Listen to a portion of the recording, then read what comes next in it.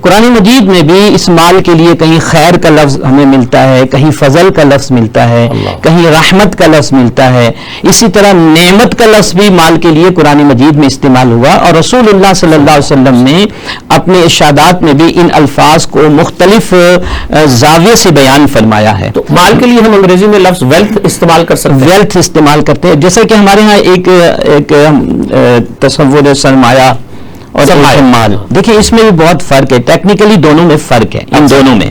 عام طور پہ تو ہم دونوں کو ایک دوسرے کے متبادل کے طور پر استعمال کرتے ہیں اپنی بول چال میں، گفتگو میں، لیکن میں ابھی کچھ عرصے پہلے کتاب کا مطالعہ کر رہا تھا، وہ ہمارے بڑے معروف اکنامسٹ ہیں ڈاکٹر جاوید اکبر انصاری، غالباً آپ نے بھی ان کا نام سنا ہوگا، پاکستان کے بڑے ایکسپرٹ معیشت دان ہیں، اسلامک اکنامکس پہ ان کا بہت زیادہ جو ہے ان کا کام ہے۔ تو انہوں نے کہا کہ دیکھو سرمایہ اور دولت یا مال میں فرق ہے۔ ٹھیک، سرمایہ جو یہ ایک اصطلاح ہے، بنیادی طور پہ سرمایہ دارانہ نظام کی اصطلاح ہے۔ اچھا ٹھیک ہے، یہ اسلام کی اصطلاح نہیں ہے۔ اچھا، کیونکہ ایک مسلمان دولت مند تو ہو سکتا ہے، وہ سرمایہ دار نہیں ہوتا۔ ٹھیک، حضرت عثمان غنی رضی اللہ تعالیٰ عنہ دولت مند تھے، سرمایہ دار نہیں تھے۔ حضرت عبد الرحمن بن عوف جو ہیں وہ دولت مند تھے، مالدار تھے، سرمایہ دار نہیں۔ کیونکہ دولت مند اور سرمایہ دار میں بنیادی فرق انہوں نے یہ بیان کیا کہ سرمایہ دار جو ہوتا ہے اس کے اندر مزید دولت کو کمانے کا حرص بدرد عتم موجود ہوتا ہے، وہ ہر چیز کو اس اینگل سے دیکھ رہا ہوتا ہے، اس زاویے سے دیکھ رہا ہوتا ہے کہ میرا جو مال ہے، جو میرا سرمایہ ہے، وہ کیسے بڑھے۔ اب اس کو بڑھانے کے لیے وہ کوئی بھی طریقہ کار اختیار کر سکتا ہے، لیکن جو دولت مند ہے، جو اسلام یا مالدار ہے، اسلام کی جو ٹرمنالوجی ہے، اس کے اندر جو مالدار ہوگا، جو دولت مند ہوگا، اس کا مطمئن نظر اپنی دولت سے لوگوں کو فائدہ پہنچانا ہوگا، چاہے وہ تجارت کے ذریعے سے ہو، چاہے وہ کسی اور طریقہ کار سے ہو، زکوٰۃ، خیرات اور دیگر عطیات، اس میں ساری چیزیں آ جائیں گی۔ اسی وجہ سے آپ دیکھیے کہ جب ہم دولت کو سرمایہ میں کنورٹ کر دیتے ہیں اور سرمایہ سمجھنا شروع کر دیتے ہیں تو ہمارے اندر سے جو ایک انسانیت ہوتی ہے نا، وہ ختم ہو جاتی ہے۔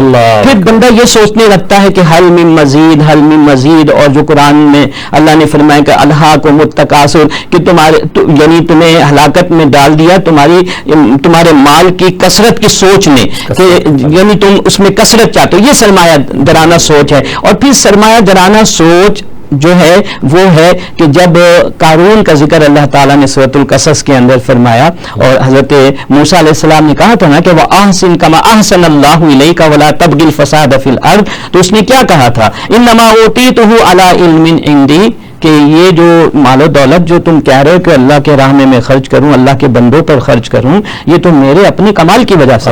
تو یہ ہے سرمایہ دارانہ سوچ، اور اسلام میں جو مال کا تصور ہے وہ خیر کے ساتھ ہے، وہ فضل کے ساتھ ہے، وہ اللہ کی رحمت و نعمت کے ساتھ ہے۔ کیا بات ہے، کیا بات ہے مفتی صاحب، بہت بہت شکریہ۔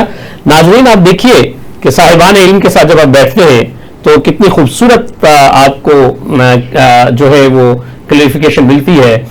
مفتی صاحب نے بڑی خوبصورتی سے ہمیں یہ بتایا کہ مال جو ہے، جو دولت ہے، یہ اللہ تعالیٰ کی نعمت ہے، یہ خیر ہے، اور یہ آپ کو مضبوط رکھنے کا ایک ذریعہ ہے، جبکہ آپ اگر اس مال کو سرمایہ میں بدل دیں اور سرمایہ دارانہ سوچ آپ کے اندر آ جائے تو اسی وقت یہ مال آپ کے لیے اور معاشرے کے لیے زحمت بن جاتا ہے۔ ناظرین میں اب قریشی صاحب سے گزارش کروں گا کہ مغرب میں جو مالی آسودگی سے انسان کو فوائد حاصل ہوئے ہیں ان پر روشنی ڈالیں۔ بسم اللہ الرحمن الرحیم، نحمدہ ونصلی علی رسولہ الکریم۔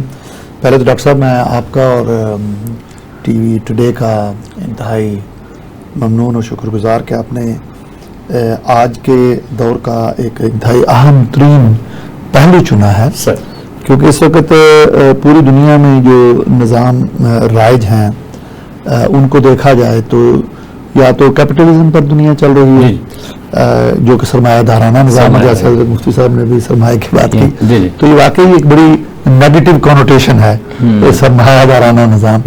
تو دولت تو ہو سکتی ہے بالکل، تو یہ جو سرمایہ ہے اس کو ہمیں دیکھنا ہے کہ کس طرح کیپٹلزم جو ہے وہ اس کو اینالائز کرنا پڑے گا تھوڑا بہت جی جی کہ کس طرح کیپٹلزم کا نظام جو ہے وہ چل رہا ہے دنیا میں. اور اس کے جو ہے نا وہ ہمیں سب سے پہلے دیکھنا یہ ہوگا کہ کیپٹلزم، سوشلزم اور اسلام، جی جی میری پوری جو کتاب ہے نا قیام عمل، اس میں پورا چیپٹر ہے اس پر، اچھا پورا چیپٹر ہے اس پر. ٹھیک. تو آج بدقسمی سے بک میں نہیں لایا ہوں، پچھلی دفعہ تو تھی وہ بک میرے ساتھ. کیپٹلزم ان مائی ویو یہ کمپلیٹلی اب ناکام ہو چکی ہے. اچھا اس کا آپ 1930 کی آپ نے دیکھی ڈپریشن، جی جی پھر 2008 میں آپ نے ابھی ریسیشن جی جو ہے ساری وہ حال میں دیکھی ہے ساری، کہ کس طرح پوری دنیا اس کے اندر جکڑی گئی. جی بالکل. ایک یہ جو انہوں نے اپنا مالیاتی یہ نظام بنایا، اور وہ بالخصوص یہ جو مورگیج سسٹم ہے، جو یہ قرضہ دیتے ہیں مکانوں کے لیے، آپ نے دیکھا کہ ملینز جو لوگ تھے ان کے جاب چھوٹ گئے، ان کے مکان جو ہے وہ ریپوزیس ہو گئے. ٹھیک. تو جو اسلامی یہ تو سر وہ سود کا نیگیٹو پہلو ہے نا، اس کے اوپر تو ہم بات کریں گے. میں یہ چاہ رہا تھا کہ جو مالی آسودگی جو ہے حاصل ہوئی مغرب کو، جو فوائد حاصل ہوئے مالی آسودگی کے، میرے خیال میں یہ ظاہری ہے مالی آسودگی. اچھا. مجھے اس کا جو نیگیٹو امپیکٹ ہوتا ہے نا سوسائٹی پر، اس کو بھی دیکھنا ہے، کیونکہ میں سوسائٹی میں رہتا ہوں، اس کا حصہ ہوں. میں آپ کو ایک چھوٹی سی جو ہے نا وہ مثال دوں گا. مثلاً اب یہ انسانوں کو ایکسپلائٹ کیا جاتا ہے، یہ ہمارا جو بینکنگ نظام ہے وہاں کا، وہ ایکسپلائٹیشن کرتا ہے. جو آپ بالکل صحیح فرما رہے ہیں، جو مورگیج والی آپ بات فرما رہے ہیں نا، تو وہ تو بالکل کمپلیٹلی صرف وہ نہیں ہے جی. جی. اب ایک میں مثال دوں گا تو تھوڑا ٹائم لگے گا، لیکن سمجھنے میں عام جو لوگوں ان کو آسانی ہو جائے گی. حضرت مفتی صاحب ذرا تصحیح فرما دیجیے گا. دیکھیے وہاں ایک مرد ہے اور ایک عورت ہے. ٹھیک. بچہ ہے یا نہیں ہے، ایک فیملی ہے. اب مرد بھی کام کر رہا ہے، عورت بھی کام کر رہی ہے. اچھا. اب وہ کام کس چیز کے لیے کر رہے ہیں؟ دونوں 12 گھنٹے کام کر رہے ہیں. مکان قرضے پر ہے، ٹھیک. ان کی گاڑی قرضے پر ہے، جی جی. ان کے کپڑے قرضے پر ہیں، اللہ. ان کے گھر کے کھانے کا سامان قرضے پر ہے، ان کے جو ٹی وی ہے یا جو صوفے ہیں وہ قرضے پر ہیں. تو وہ قرض اتارنے کے لیے، وہ صرف قرض اتارنے کے لیے وہ 12 گھنٹے مرد اور عورت کام کر رہے ہیں. اس کا اتنا منفی اثر ہو رہا ہے سوسائٹی پر. اگر بچے ہیں تو بچے گھر میں اکیلے ہیں. ان کی جو پیرنٹل نرچرنگ ہوتی ہے، جو ماں باپ جو بچوں کی تربیت کرتے ہیں، وہ تربیت نہیں ہو رہی. تو سوسائٹی کو اتنا منفی اثر پڑ چکا ہے اس فائنینشیل سسٹم کا.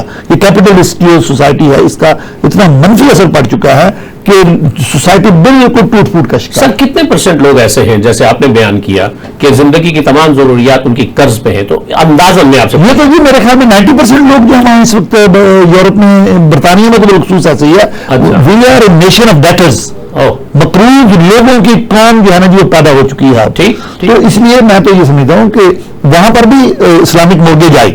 اب ایک علیحدہ سوال ہے کہ وہ اس پر ہم سے کرتے ہیں. لیکن سر آپ یہ بتائیے کہ ہم جب مالی آسودگی میں دیکھتے ہیں کہ وہاں پہ پینے کا پانی صاف ملتا ہے، وہاں پہ میڈیکل کی سہولت بہت اچھی ملتی ہے، وہاں پہ ٹرانسپورٹ کا نظام بہت اچھا ہے، جو مالی طور پہ جو آسودہ ممالک ہے، یہ بھی تو ایک اس کا مالی آسودگی کا ایک پازیٹیو جو ہے مثبت پہلو ہے. دیکھیے یہ ہے ایک گورنمنٹل جو سسٹم انہوں نے رکھا ہوا ہے. اچھا سر، پروڈیوسر صاحب جو ہے وہ اس کے اوپر بات کرتے ہیں. ناظرین، اب ہم دیکھنے کی یہ کوشش کر رہے ہیں کہ مالی آسودگی جو حاصل ہوئی مغرب کو، اس کے مثبت پہلو کیا ہیں اور اس کے منفی پہلو کون کون سے ہیں. چاہوں گا کہ مفتی صاحب ہمیں ریاست مدینہ میں نبی کریم صلی اللہ علیہ وآلہ وسلم نے جب ایک ماڈل تیار کیا تو معیشت کا اس میں کیا مقام تھا، اس کے بارے میں ہم سب کو آگاہ فرمائیں. مفتی صاحب. جی ڈاکٹر صاحب، آپ نے بہت اہم سوال کیا، اور میں سمجھتا ہوں کہ آج کے موضوع میں اس سوال کا ہونا بہت ضروری تھا. سر کہ عام طور پہ لوگوں میں یہ تو معروف بھی ہے اور لوگ جانتے بھی، ہم نے درسی کتابوں میں بھی پڑھا کہ جب رسول اللہ صلی اللہ علیہ وسلم مدینہ منورہ تشریف لائے تو آپ نے مسجد نبوی کی تعمیر سب سے پہلے فرمائی. قباء کے مقام پر مسجد قباء تعمیر ہوئی، پھر جب آپ مدینہ منورہ آئے تو وہاں پر مسجد نبوی تعمیر کی. لیکن یہ اہم پہلو آپ کی سیرت طیبہ کا عام لوگوں بلکہ خاص لوگوں سے بھی اوجھل ہے. اچھا کہ حضور صلی اللہ علیہ وسلم نے اس وقت مدینہ منورہ میں مسلمانوں کے لیے سیپریٹ ایک مارکیٹ بھی قائم کی. اچھا ہاں جی, اس حوالے سے ہمارے ایک بہت اہم شخصیت ہے ہمارے ملک کے, اور انہوں نے کافی عرصے تک اسٹیٹ بینک آف پاکستان میں بھی کام کیا, محمد منیر احمد صاحب. انہوں نے ایک کتاب لکھی ہے مدینہ اکنامکس کے نام سے.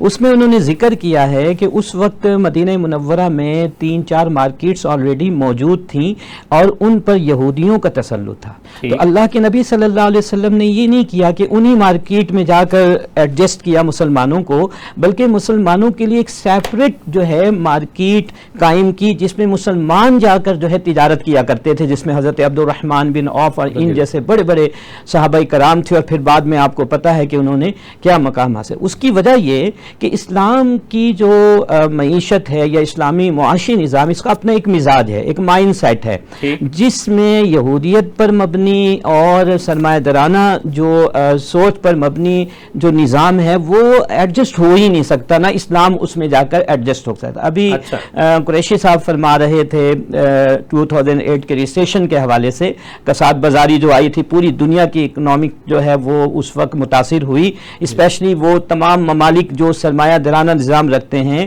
ان کی معیشت زمین بوس ہو گئی تھی. تو مجھے ابھی تک یاد ہے کہ اس زمانے کے جو پاپ تھے کرسچینٹی کے اندر, جو سب سے بڑے مذہبی پیشوا آپ جانتے ہیں ان کو پاپ کہا جاتا ہے, انہوں نے ایک پالیسی بیان دیا تھا.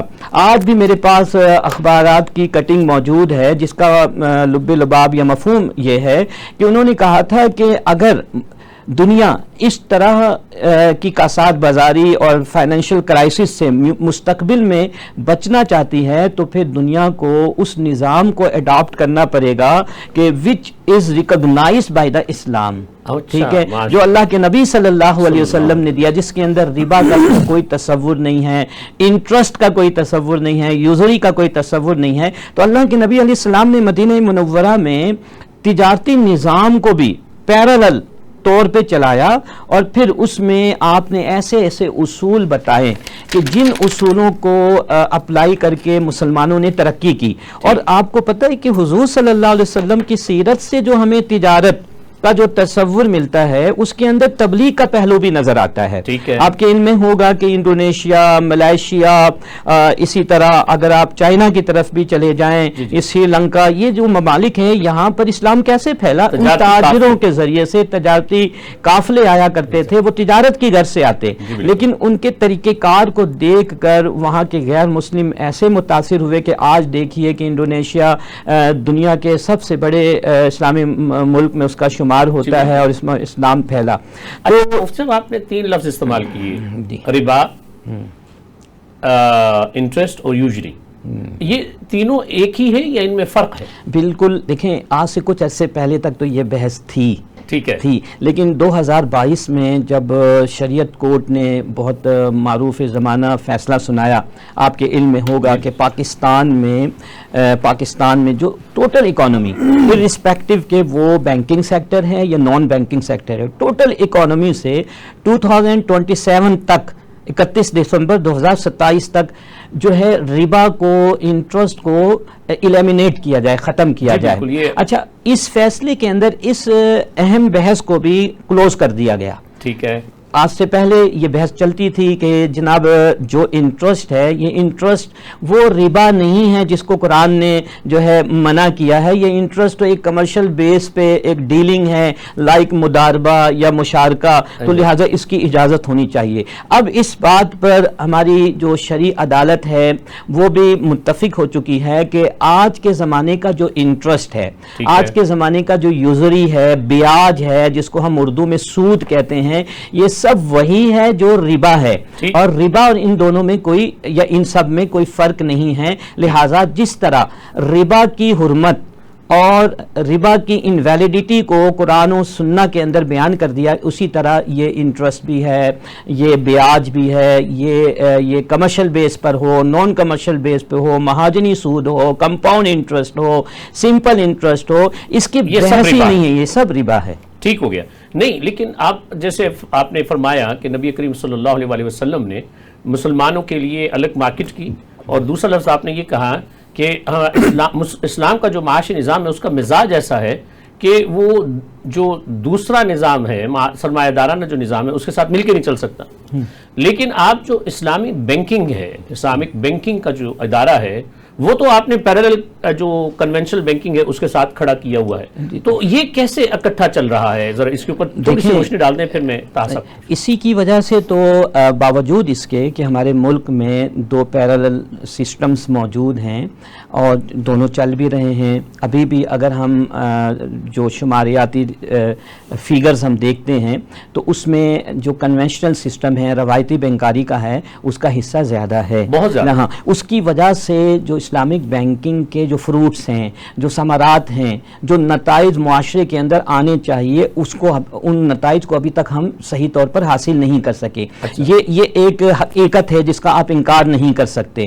یہ تبھی ہو سکتا ہے کہ ہم کمپلیٹ اس سسٹم کو جو ہے اپنے ملک کے اندر رائج کریں, اور اس کے پیرالل کوئی ایسا نظام ہونا ہی نہیں چاہیے کہ جس نظام کے اندر سود کی گنجائش موجود ہو, ربا کی گنجائش موجود ہو. اسی وجہ سے اسلامک بینکنگ کو لانے کے باوجود شریعہ اسکالرز اس وقت سے ابھی تک اسی کوشش میں لگے ہوئے ہیں کہ اس کے جو پیرالل سسٹم ہے, ڈیو ٹو اینی ریزن جو ایکسیپٹیبلٹی موجود ہے ہمارے معاشرے کے اندر, اس کو کنڈم کرتے رہے ہیں. اور اسی کنڈم کرنے کا نتیجہ ہے کہ فیڈرل شریعت کورٹ نے 2022 میں اتنا اہم فیصلہ سنایا. وہ بھی کیا, اور پھر سپریم کورٹ نے بھی دے دیا فیصلہ اسی کہ جی 2027 تک ختم کریں. نہیں, سپریم کورٹ کے حوالے سے تو میری نالج میں نہیں ہے, لیکن فیڈرل شریعت کورٹ کا فیصلہ جو 2022 میں آیا وہ ابھی بھی موجود ہے. تو ناظرین, مفتی صابر حسین صاحب جیسے فرما رہے ہیں کہ ہم یہ امید کر سکتے ہیں کہ اگلے 2-4 سالوں میں, یعنی 2027 تک اور 2028 کا جب سورج طلوع ہوگا, تو ہمارے ملک میں جو سود پہ مبنی جو بینکاری یا فائنینشل سسٹم ہے وہ انشاءاللہ العزیز ختم ہو جائے گا. میں قریشی صاحب سے گزارش کروں گا کہ قریشی صاحب ہمارے ناظرین کو اگر آپ آگاہ فرما سکیں کہ یہ جو دنیا میں پاپولر جو اکنامک سسٹمز ہیں, جس کو سرمایہ دارانہ نظام بھی کہتے ہیں, اسی طرح ایک نظام ہے جو کہ دنیا سے اب ختم تو ہو گیا لیکن مانا جاتا ہے جسے سوشلزم جسے کہتے ہیں, اور پھر ہمارا اپنا اسلامی جو نظام ہے, معیشت ہے, ان تینوں کا اگر ہم تقابلی جائزہ کریں تو ہمارے سامنے کون کون سی چیزیں جو ہیں وہ پرومیننٹ چیزیں سامنے آتی ہیں, پرومیننٹ پوائنٹس سامنے آتے ہیں؟ دیکھیے جی, یہ بہت ہی ایک اہم سوال ہے. جہاں تک سوشلزم کا مطالعہ اگر آپ کریں یا اس کو ابھی جائزہ لیں تو ختم تو نہیں ہوئی ہے وہ. ٹھیک ہے, ابھی بھی رشیا اپنے مسل دکھا رہا ہے اور بہت ساری سٹیٹس میں اس کا ابھی انفلوئنس ہے. اور آپ نے دیکھا حال میں کہ یوکرین میں کیا ہو رہا ہے, اور کیپٹلزم جو ہے نا جی پورے زور و شور سے اس کا مقابلہ کرنے کی تیاری کر کے بیٹھی ہے, لیکن ابھی تک ناکام جا رہی ہے. سیریا میں, شام میں دیکھا آپ نے کہ وہاں پر بھی کیپٹلزم وہاں پر بھی ناکام ہوئی. یہ روس کے بھی اثرات ہیں. اس کے ساتھ چائنا بھی ہے.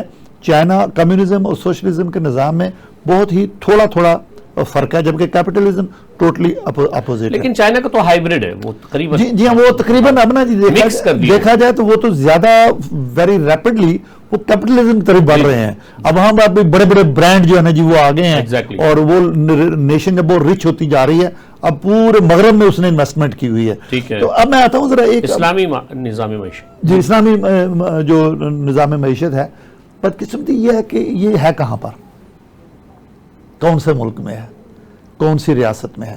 This is where the people struggle. جی جہاں یہ مسئلہ ہے کہ جہاں عام آدمی بھی اور خواص بھی, عوام اور خواص دونوں اسٹرگل کر رہے ہیں کہ یار ہم جب کہتے ہیں کہ جی اللہ کی مرضی کا جو نظام ہے اس کو لے کر آئیں, وہی اسی میں خیر ہوگی. اللہ نے حلال اور حرام کا بتا دیا, اللہ نے صحیح اور غلط کا بتا دیا, اس کے مطابق نظام کو لے کر آئیں تب کامیابی ہوگی. اب ہمیں نظر تو یہ آ رہا ہے کہ کیپٹلزم بھی بیڈلی فیل ہو چکی ہے. میں نے بھی آپ کو کہا تھا کہ نیشن آف ڈیٹرز پیدا ہو رہی ہیں پوری جو ہے نا جی مغربی دنیا میں. اس وقت ہر شخص وہاں پر مقروض ہے اور وہ اس قرضے کو اتارنے کے لیے صبح شام کام کر رہا ہے, اور جو ان کی اپنی جو جنریشن ہے فیوچر وہ تباہ ہوتی جا رہی ہے. خیر, اب آپ طالب علم کو دیکھ لیں, یونیورسٹی میں جاتا ہے بچہ تو اس کا سود پر اس کو قرضہ دیا جاتا ہے, پڑھائی کرنی پڑتی ہے. جب اس 3 سال کے بعد یونیورسٹی سے نکلتا ہے تو 60,000 پاؤنڈ کا اس کے اوپر جو ہے وہ قرضہ چڑھا ہوا ہوتا ہے. تو یہ نیشن آف ڈیٹرز پیدا کرتے جا رہے ہیں.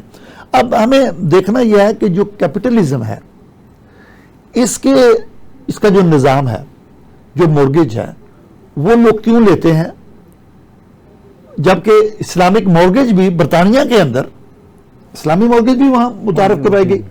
وہاں پر بارکلیز بینک ہے، HSBC ہے، اور اسی طور بڑے بڑے جو برٹش بینکس ہیں انٹرنیشنل ریپوٹیشن کے، انہوں نے باقاعدہ اسلامک معیشت کے کنسلٹنٹ رکھے. نہیں جی، اسلامک ونڈوز بنائی انہوں نے. جی کنسلٹنٹ رکھے، ان سے مشورہ کر کے انہوں نے اسلامک بینکنگ کا نظام رکھا، اور گورنمنٹ آف برطانیہ نے سکوک جاری کیے، جی جی بالکل، اسلامک بانڈ جاری کیے ہیں. اب کیونکہ یہ عام آدمی کو یہ مہنگا پڑتا ہے، جو اسلامی ہاؤس فائنینسنگ ہے، ہاؤس جو مورگیج جس کو بولتے ہیں، ہاں، اسلامک فائنانسنگ جو ہے وہ عام آدمی کو مہنگی پڑتی ہے. اس کو مثال کے طور پر 800 پاؤنڈ اگر دینا پڑتا ہے اس اسلامک سسٹم کے تحت، ٹھیک، جو کنونشنل مورگیج سسٹم ہے ممکن ہے کہ 500 پاؤنڈ ہو. ٹھیک، تو عام آدمی جو 2000 پاؤنڈ تنخواہ لے رہا ہے اس کو وہ سسٹم سوٹ نہیں کرتا.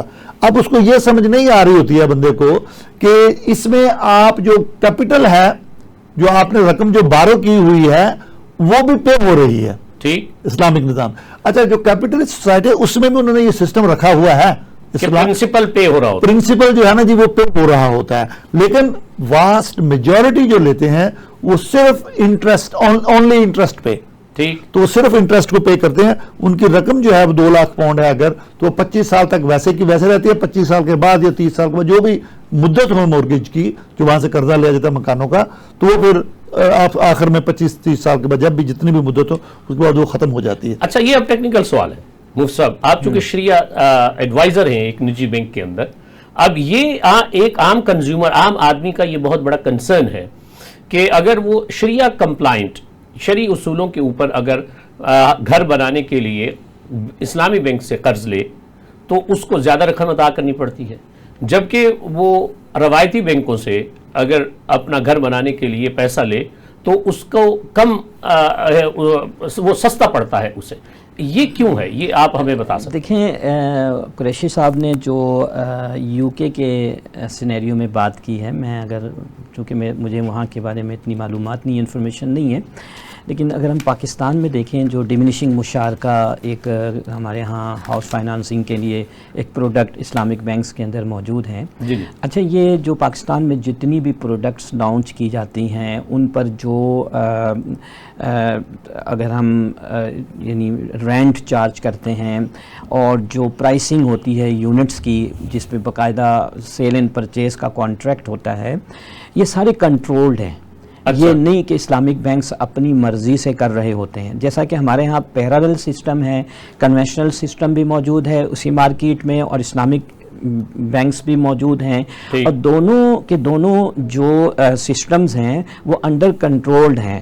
اسٹیٹ بینک آف پاکستان جو ہے اس کو کنٹرول کر رہا ہوتا ہے، اس کے پورے میکینزم کو. ٹھیک ہے، بس فرق یہ ہوتا ہے کہ جب ہم اسلامک بینک کی بات کرتے ہیں تو اسلامک بینکس کے لیے جو رولز اینڈ ریگولیشنز بنائے جاتے ہیں وہ شریعہ کمپلائنٹ ہوتے ہیں، کیونکہ اسٹیٹ بینک آف پاکستان کے اندر 2 مختلف ڈپارٹمنٹس ہیں جو اسلامک بینکس کے لیے رولز اینڈ ریگولیشنز کو بناتے ہیں. اور کنونشنل بینک ہے تو ان کا اپنا طریقہ کار ہے، لیکن دونوں پر جو ہمارا بینچ مارک ہے وہ ایک ہی ہے.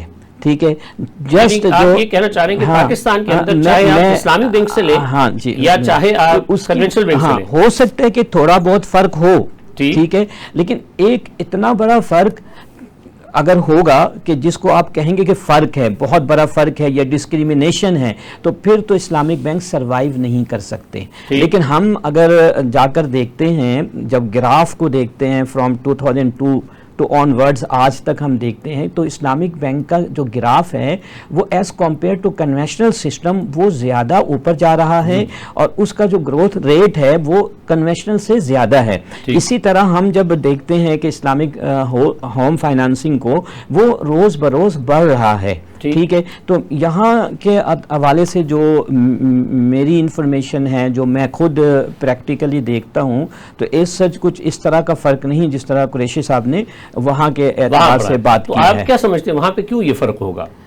یہ تو اب وہاں کے سسٹم کو سمجھنا چاہیے. وہاں کے جو شریعہ ایڈوائزرز ہیں، وہاں کے جو پالیسی میکرز ہیں، ان کو اس بات پر جو ہے توجہ دینی چاہیے، شریعہ ایڈوائزرز کو چاہیے کہ ان چیزوں کو ہائی لائٹ کریں، وہاں کے جو بھی ریگولیٹرز ہیں ان کے ساتھ اس پر زیادہ توجہ وہاں دی نہیں جا رہی ہے، یہ حقیقت تو یہ ہے۔ پاکستان تو کیونکہ ایک اسلامی ملک ہے، وہاں ایسا ماحول ہے، علماء کرام مین وجہ یہی ہے، مین وجہ یہی ہے، ہمارا فوکس ہے وہاں بینکنگ انڈسٹری میں اس طرح اس پر ریسرچ کر کے اس طرح اس کو جو ہے نا انفلوئنس نہیں کیا جا رہا، لوگوں میں آگاہی پیدا نہیں کی۔ وہاں عام بندے اب یہی کہتے ہیں کہ یار دیکھو میں نے تو بھائی قرضہ لینا ہے مکان کا، میں کرایہ پہ کروں گا 1600 پاؤنڈ مہینے کا کرایہ، تو میں کیوں نہ 1200 پاؤنڈ جو ہے وہ لون لوں بینک سے اور صرف 1200 پاؤنڈ پے کروں۔ ٹھیک نہیں، آپ کی بات صحیح ہے کہ ہمیں یہ دیکھنے کی ضرورت ہے کہ اگر اسلامی بینک سے کوئی بھی فائنینسنگ لی جائے اور وہ کنونشنل بینک کی فائنینسنگ سے مہنگی پڑے تو یہ عام جو کنزیومر ہے اس کے لیے یہ بالکل بھی قابل قبول اس میں ایک بات ڈاکٹر صاحب بریک لینے سے پہلے سے ایک بات کہنا چاہوں گا کہ لوگوں کو یہ دیکھنا ہوگا کہ کیا اسلامک بینکنگ سے قرضہ لیا ہوا آپ کا کیا مکان جو ہے وہ ریپوزیس ہو سکتا ہے، واپس بینک لے سکتا ہے کہ بینک کرکی کر سکتا ہے کہ نہیں؟ اگر آپ کا جاب ہے وہاں یہ ہوتا ہے نا 2008 میں جب وہ ہوئی ساری ریسیشن آئی تو شہر ان کے بورڈ لگ گئے، ونڈوز بند ہو گئی، ڈور کلوز کر دیے گئے، بینکوں نے وہ ان کو واپس لے لیا، بینک کرکی کر لینا، اس کو میرے خیال میں یہ لفظ ہوتا ہے۔ سر آپ بتائیے گا کہ یہ اسلامی بینکاری میں یہ اب مفتی صاحب بتائیں گے کہ کیا آپ نے کسی اسلامی بینک سے آپ نے گھر بنانے کے لیے قرض لیا لیکن آپ کی جاب چلی گئی اور آپ اس کی جو انسٹالمنٹ ہے یا جو اس کا رینٹ ہے جو بھی ہے ٹرم استعمال کر لیں وہ آپ دینے کی صلاحیت نہیں رکھتے، تو کیا اسلامی بینک آ کے اس گھر کو واپس قبضے میں لے لے گا؟ دیکھیں پہلا تو جو میں ویڈیو رسپیکٹ یہ عرض کروں گا کہ اسلامک بینکس کے اندر قرض کا تصور نہیں ہے، ہوم فائنانس کے اندر کسی بھی یہ تصور کانٹریکٹ ہے ڈیمنشنگ مشارکہ جو شرکت الملک کی بنیاد پر ہے، تو چونکہ وہاں پر جوائنٹ اونرشپ ہوتی ہے، جس پوائنٹ پہ بھی آپ آ کر خدا نخواستہ آپ وہ ہو جاتے ہیں، پے نہیں کرنے کے قابل ہو جاتے ہیں، تو اس پوائنٹ پہ دیکھا جائے گا کہ اسلامک بینک کی ملکیت کتنے پرسنٹ ہے اور کسٹمر کی ملکیت کتنے پرسنٹ ہے۔ فار ایگزامپل اسلامک بینک کی 40% رہے گی اور کسٹمر کی 60%، جی تو کیا حل؟ وہاں پر جو شریعہ کے پوائنٹ آف ویو سے حل ہے وہ یہ ہے کہ اس مکان کو یا تو پھر اس کو کہا جائے گا کہ آپ یہ جو بھی ریمیننگ یونٹس ہیں ان کو آپ پرچیز کر لیں، ادروائز اس کو بیچا جائے گا اور اس پوائنٹ ان ٹائم پر جس کا جتنا پرسنٹیج ہوگا اس کے ایکول جو ہے وہ اس کو دیا جائے گا، یعنی اسلامک بینک اپنے حصے سے زیادہ کا وہ حقدار نہیں ہوگا۔ میں چاہوں گا کہ مفتی صابر حسین صاحب جو ڈیمنشنگ مشارکہ کے تحت ہاؤس فائنینسنگ ہوتی ہے اسلامی بینکس میں، اس کے بارے میں بات کر رہے تھے، وہ سر آپ کنکلوڈ کر لیجئے اور ساتھ میں ہمیں ذرا جو حق قبضہ ہے اور حق تصرف ہے یہ اس کے اوپر اسلام کی کیا تعلیمات ہیں یہ بھی ہمیں آگاہ فرما دیجیے۔ جی کنکلوژن کے طور پہ میں یہ بات عرض کرنا چاہ رہا تھا ڈیمنشنگ مشارکہ کے اندر جو میں نے بات کی کہ بہرحال آنرشپ دونوں کی ہے، جوائنٹ آنرشپ کا کانسیپٹ شریعہ کے اندر بھی موجود ہے اور یہ تو ہم نارمل لائف میں بھی جس کی جتنی ملکیت ہوتی ہے اس کے اوپر حق ہوتا ہے، ٹھیک ہے لیکن یہ سب کچھ جو ہے یہ لاسٹ ریزورٹ کے طور پہ کیا جاتا ہے اسلامک بینکس کے اندر بھی، تو میرا اپنا ایکسپیرینس ہے، میں نے کبھی ایسا نہیں دیکھا کہ کسی کو گھر سے نکال دیا گیا ہو۔ کتنے سال؟ 19 ایئرس میرے، 19 سال 2005 میں نے جوائن کیا تھا پریکٹیکلی، تو میں یہ عرض کر رہا ہوں کہ یہ لاسٹ ریزورٹ کے طور پہ ہوتا ہے، اور اس میں ایک چیز یہ بھی ہے کہ شریعہ بورڈ باقاعدہ اس پر ڈیسیزن لیتا ہے، سارے معاملات کو بہت مائنورٹی کے ساتھ جا کر وہ دیکھ رہا ہوتا ہے، اور جتنا جس کا حق ہوتا ہے وہ اس کو مل جاتا ہے۔ ڈاکٹر صاحب میرا کیونکہ اس پر فرسٹ ہینڈ ایکسپیرینس ہے، میں ایک وہاں ہاؤسنگ ایسوسیشن ہے جو گورنمنٹ فنڈڈ ہے، اس کا 50 ملین پاؤنڈ سالانہ انکم ہے اس کی، میں اس کا چیف ایگزیکٹو ہوں پورے یو کے کا، گورنمنٹ فنڈڈ باڈی ہے یہ۔ وہاں پر ہم بے گھر افراد کو اکاموڈیٹ کرتے ہیں، ٹھیک ہے، تو جب ہم وہاں سٹوریز سنتے ہیں نا کہ میرا گھر تھا، میں بہت بڑا افسر تھا، میں اپنے قرضے دے رہا تھا، قسطیں پے کر رہا تھا، لیکن ایک وقت آیا کہ میری جاب چھوٹ گئی. جی جی بالکل. اب میں نے اپنی گاڑی بھی مجھے چھوڑنی پڑی, اپنا مکان بھی مجھے چھوڑنا پڑا ہے, اپنا ٹی وی بھی چھوڑنا پڑا ہے, بہت ساری چیزیں چھوڑ کے اب میں بے گھر ہو گیا ہوں, اب میں فٹ پاتھ پہ آ گیا ہوں, تو مجھے گھر دو. ہم ان کو گھر دیتے ہیں. مقصد یہ ہے کہ جو سسٹم اتنا جو ہے نا, جو کرپٹ سسٹم ہے کہ لوگوں کو, یعنی کہ ظالمانہ نظام ہے یہ جو روایتی بینک کا, جو روایتی جو کمرشل جو سارا چل رہا ہے, کنونشنل بینکنگ یا کیپٹلزم پرٹیکولرلی, تو اس میں یہ دیکھتا ہوں کہ اگرچہ ظاہری طور پر ہمیں اس کے بڑے فوائد نظر آتے ہیں, اس میں کوئی شک کی بات نہیں ہے, لیکن جب لوگ لاکھوں کی تعداد میں بے گھر ہو رہے ہیں, صحیح ہے, امریکہ میں بھی ایسے ہوا, برطانیہ یورپ پورے میں ایسے ہوا, لیکن آپ یہ دیکھیں کہ پاکستان میں ایسے نہیں ہوا کہ 2008 میں لوگ بے گھر ہو جائیں اور سٹریٹس جو تالے لگ جائیں. سر, حق قبضہ اور حق تصور کا تقابل کر دیں, اور پھر میں ایک اور سوال بڑا ضروری ہے وہ آپ سے کرنا ہے. جی پہلے تو حق قبضہ اور حق تصرف سے پہلے ملکیت کے تصور کو ہم دیکھتے ہیں. ٹھیک ہے. دیکھیں آنرشپ جو ہے یہ شریعت نے اس کو ایکسیپٹ کیا ہے, ٹھیک, کہ نجی ملکیت میں بھی کوئی چیز رہ سکتی ہے, ریاستی ملکیت میں بھی رہ سکتی ہے. اللہ تعالیٰ نے سورہ نساء کی آیت نمبر 32 میں فرمایا کہ للرجال نصیب مما اکتسبوا وللنساء نصیب مما اکتسبنا. مرد کے لیے وہی ہے جو اس نے کمایا, یعنی جو آپ محنت کرتے ہیں, مشقت کرتے ہیں, اور اس کے بدلے میں کنسیڈریشن کے طور پہ جو چیز آپ کے پاس آتی ہے وہ آپ ہی کی ملکیت ہے. سوشلزم اس کی نفی جو ہے کرتا ہے, اور عورت کے لیے بھی وہی ہے جو اس نے کمایا. تو یہاں سے حق ملکیت کا تصور ہمیں ملتا ہے. لیکن اگر عورت ہاؤس وائف ہے, اسے نہیں کمایا تو دیکھیں مطلب ہے کہ اگر وہ, یہ تو ہوا کہ وہ تو مرد بھی نہیں کمائے گا تو نہیں ہے, یہ تو سوال بنتا ہی نہیں نا. وہ تو بیسیکلی یہ تو پرنسپل ہے, یہ ایک اصول ہے کہ جو یعنی اپنی محنت سے, اپنی مشقت سے جو کمائے گا اس پر اس کا حق ملکیت قائم ہو جائے گا. اور حق تصرف بھی 100%. اچھا جی, جب ہم حق ملکیت کی بات کرتے ہیں تو حق ملکیت یعنی جب ہم کہتے ہیں کہ فلاں شخص فلاں چیز کا مالک ہے, تو ملکیت کے ساتھ دو چیزیں آ جاتی ہیں, ایک تو قبضہ, ٹھیک, اور ایک تصرف. ٹھیک, اگر قبضہ ہے اور تصرف نہیں ہے تو بھی ملکیت مکمل نہیں ہوتی ہے. اگر آپ کو جو ہے تصرف کا حق دے دیا جائے اور قبضہ نہ دیا جائے تو پھر وہ حق تصرف جو ہے بے معنی سا ہو جائے گا. تو شریعت مطہرہ کے اندر, اچھا یہ بھی میں آپ کو عرض کر دوں کہ ہر قبضے کے ساتھ تصرف کا حق نہیں ہوتا. مثال کے طور پہ آپ کے پاس مال امانت ہے, کسی نے امانت کے طور پہ آپ کے پاس مال رکھوایا ہے, تو قبضہ تو ہے آپ کے پاس, یا مارگیج کے طور پہ, رہن کے طور پہ آپ کے پاس کوئی چیز رکھوائی گئی ہے, تو قبضہ تو ہے, لیکن آپ اس پر تصرف کا کیونکہ ملکیت نہیں ہے. بیسیکلی جو مین چیز ہے نا وہ ملکیت ہے, آنرشپ ہے. اب سر ملکیت کے اوپر ایک سوال ہے, پھر میں آپ سے پروفٹ اینڈ لاس اینڈ مضاربہ کے اوپر بھی بات کرنی ہے, کہ جو آن لائن ٹریڈنگ ہوتی ہے, جی اب کسی ملک سے آپ نے آن لائن, آپ نے وہ جو آن لائن سٹورز ہیں, نام لینا نہیں چاہ رہا ہوں میں, کہ آپ نے بک کیا اور وہ آ گیا وہاں سے, اور آپ نے اس کو آگے سیل کیا. اب یہ سارے کا سارا آن لائن ہو رہا ہے. اب ایسی صورت میں کیسے ملکیت کو آپ, جب آن لائن ساری ٹرانزیکشن ہو رہی ہے, آپ یہاں بیٹھے ہیں اور میرا ایک کسٹمر ہے, مجھے کہتا ہے کہ آپ میرے لیے یہ چیز خریدیں, میں آن لائن کہیں سے پرچیز کرتا ہوں اور اس کے گھر پہ ڈیلیور کر دیتا ہوں, تو جب وہ آن لائن سے آئے گی اور ڈیلیور ہوگی, اس میں تقریباً 2-3 ہفتے لگتے ہیں, تو اس دوران تو میری ملکیت نہیں ہوگی. تو نہیں, دیکھیں میں نے آپ کو عرض کیا کہ اب آپ بات کر رہے ہیں کہ ایک چیز جو آپ کی ملکیت میں ہے لیکن آپ کے قبضے میں نہیں ہے, قبضے میں نہیں, ٹھیک ہے, تو کیا آپ اس چیز کو آگے بیچ سکتے ہیں؟ یہ ایک کویسچن بنتا ہے. جی بالکل. تو ہم کہیں گے نہیں, کیونکہ ملکیت کے ساتھ ساتھ آپ کے قبضے میں ہونا بھی وہ ضروری ہے. اب وہ قبضہ دو طرح سے ہو سکتا ہے, کنسٹرکٹیو بھی ہو سکتا ہے, فزیکل بھی ہو سکتا ہے, دونوں کی اپنی اپنی جو ہے تشریحات ہیں, طریقہ کار ہیں, ٹھیک ہے. ہمارے ہاں میں جو ان شارٹ میں آپ کو عرض کر دوں کہ آن لائن ٹریڈنگ جو آج کل ہو رہی ہے, مختلف کمپنیز مارکیٹ میں آئی ہوئی, ہمارے پاس روزانہ کی بنیاد پر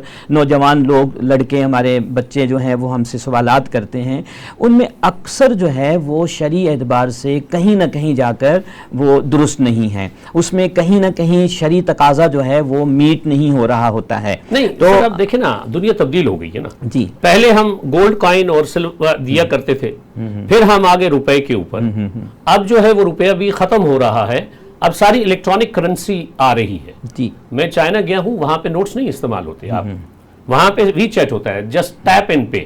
اب تو روپے بھی ختم ہو گیا تو کرنسی ہوا میں چلی گئی. اسی طریقے سے اب یہ تو کوئی فیزیبل نہیں ہے کہ میں اگر فار ایگزامپل کسی چیز کی ٹریڈنگ کر رہا ہوں تو میں پہلے اسے کسی ملک سے، چائنا سے منگواؤں، اپنے پہ سٹور میں رکھوں، سٹور کے پیسے دوں اور پھر اس کے بعد آگے کسی کو بیچوں.